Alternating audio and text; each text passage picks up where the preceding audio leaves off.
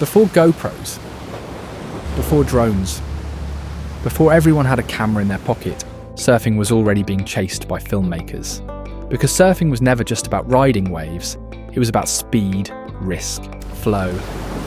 And that split second when everything goes quiet inside the barrel. And from the very beginning, someone out there wanted to capture that feeling. Quick heads up, over 90% of the people who watch our deep dive surf work never subscribe. It's free, it's one click, and it helps us keep doing this. Back in the 50s and early 60s, filming surfing was straight up brutal. Heavy 16mm film cameras, bulky housings, tripods dug into the sand, and long lenses pushed way past their limits. No autofocus, no instant playback, no second chances. You didn't even know if you got the shot until days later when the film came back. But those grainy frames were enough to light the fire. For the first time, people far from the ocean could actually see what was happening out there. By the late 60s, surf films stopped being just documentation and started becoming culture. Movies like The Endless Summer showed the dream, but films like 5 Summer Stories gave surfing a soul.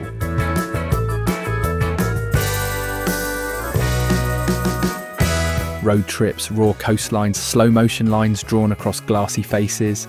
Surfing wasn't just something you did anymore, it was something you lived. But visually, everything was still shot from the outside, from the beach, from the channel, until one guy decided that wasn't enough.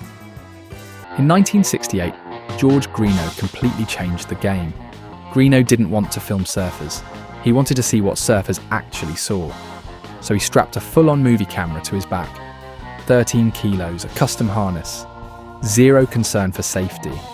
He wasn't even riding a normal board, more like a flexible mat, flying through the tube at insane speed. And what he captured had never been seen before. Real inside the barrel footage. Not shot at the wave, shot from within it. The wave stopped being a wall and became a living tunnel. What we call POV today was born out of pure madness and commitment. That setup evolved and somehow got even crazier. Greenough took the camera to the North Shore and mounted it on a helmet. Camera on one side, a chunk of lead on the other just to balance it out. 5 kilos strapped to your head while charging pipeline. One bad wipeout and that thing could snap your neck. But the footage was unreal. For the first time, people could feel what it was like to be swallowed by a wave.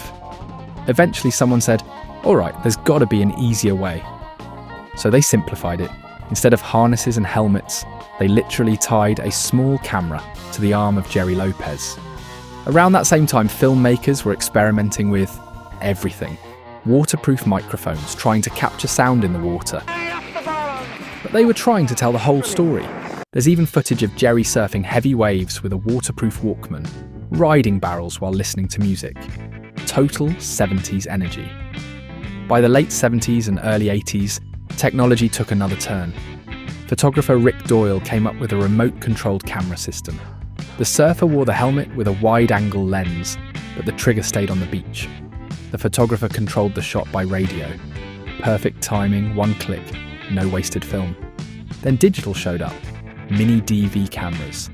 You didn't have to gamble everything on one wave anymore. You could roll through entire sessions. Surf footage exploded. More angles, more creativity, more progression.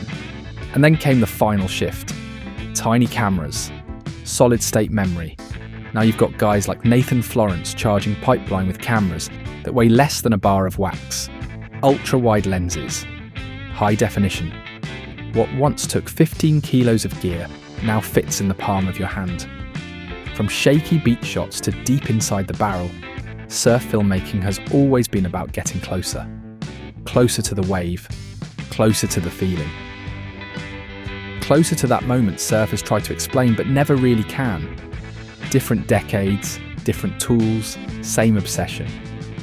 Because surfing was never meant to just be watched, it was meant to be felt.